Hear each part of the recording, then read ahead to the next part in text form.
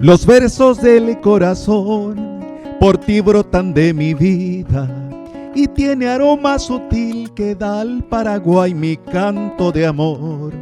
Yo solo quiero gozar la gloria que hay en tus labios, el encarnado clavel que sabe embriagar con gotas de miel. De nuestra unión la corona te brindaré de azares para bañar mis cantares con canto de luz y amor. Y si yo soy de tu alma, único ser adorado, he de morir a tu lado, mi dulce morena en flor.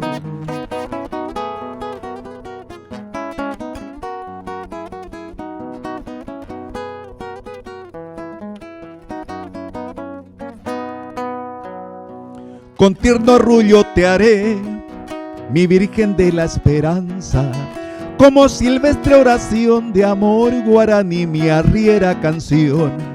Un rancho hemos de tener a orilla de un arroyuelo, donde nos anunciarán el alba feliz, lucero y zorzal. Adornaré tus cabellos de recedad deliciosa y con capullo de rosa tu seno de yerutí.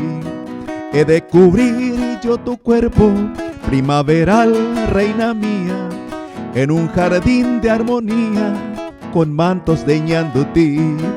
Adornaré tus cabellos de recedad deliciosa y con capullo de rosa tu seno de yerutí. He de cubrir yo tu cuerpo primaveral, reina mía, en un jardín de armonía con mantos de ñandutí.